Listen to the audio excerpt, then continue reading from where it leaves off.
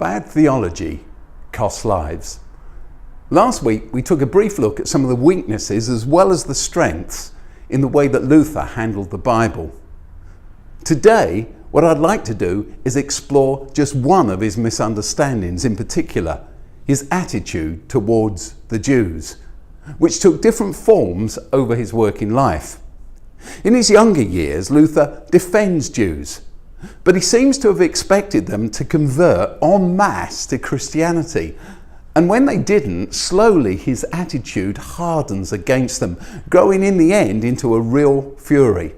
All this reached a head in 1543, when in his late 50s Luther wrote a book on the Jews and their lies, 65,000 words long. In it, he denounces Jews and he urges their persecution. In the first part of the book, Luther sets out at considerable length his views concerning Jews and Judaism.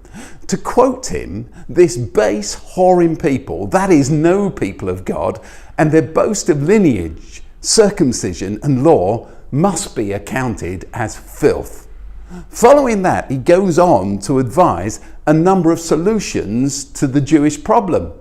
He calls for Jewish synagogues and schools to be burnt to the ground. He says that their prayer books and religious writings should be destroyed. He thinks that their rabbis should be forbidden to teach and to preach.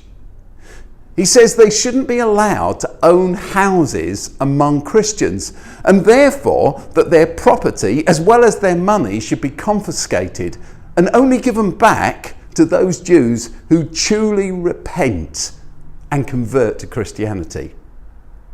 He says that none of them should be shown any mercy or kindness, afforded any legal protection. And to quote him again, he says that these poisonous, envenomed worms should be drafted into forced labour or expelled from Germany for all time.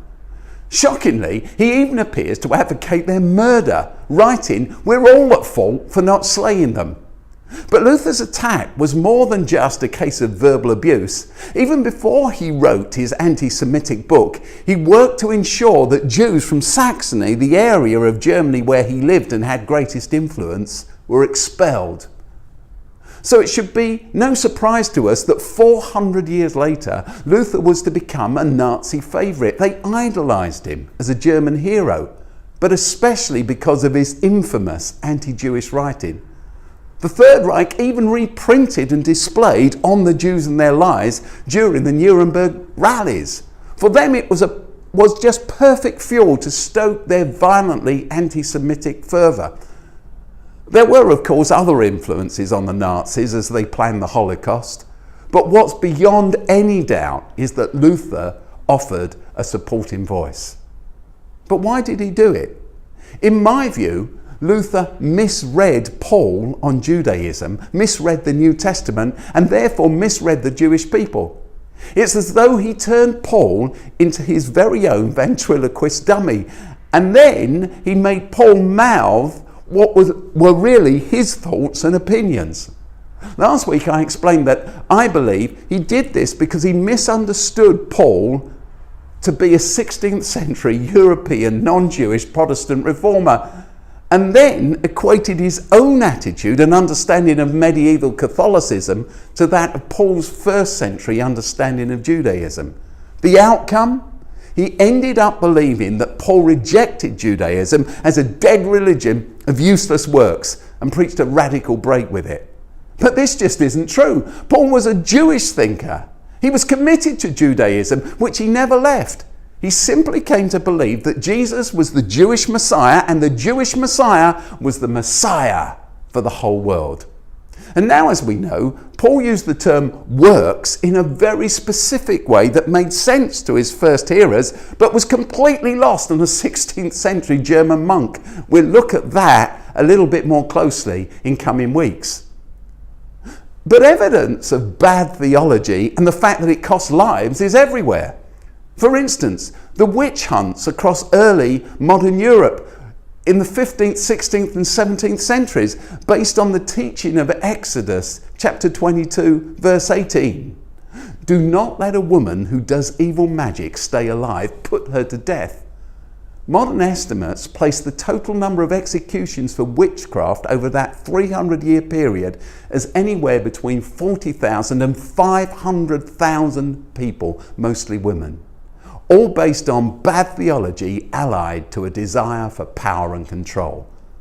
Or in the last century, think of the fate of countless black and coloured people under imperial theology in the British Empire, the States, in South Africa, all based on a misreading of the Genesis story and the relationship between Noah and his son Ham, along with a desire for power and control. Or the way in which unmarried mothers and their children were treated until relatively recently in such a poor way because of an over-literalistic reading of Deuteronomy 23 verse 2 that says that no unmarried woman can be part of the Lord's people, and this also applies to her children for all time to come. Or take the church's treatment of divorcees. The list just goes on and on. Bad theology costs lives. It costs health, well-being, and relationships. So how do we get it right? Well, my view is simple, and you don't have to be a Greek scholar or a Hebrew expert to do it. 1 John 4 verse 16 states that God is love. Or put differently, anything that damages, rejects, demonizes, excludes, alienates or destroys can't be from God. Any doctrine, therefore, or theology or behavior or policy or attitude or system that's destructive is an imposter. It's bogus, it's fake, it's bad theology. What do you think of my maxim? Why don't you take some time to think about whether it's a good one or a bad one? What do you think about the church? For all the wonderful things it does, it so often seems to get it wrong on some of the big moral issues. Why is that? Can you think of any areas currently where the church might be doing bad theology? And what can we do to change that? See you next week.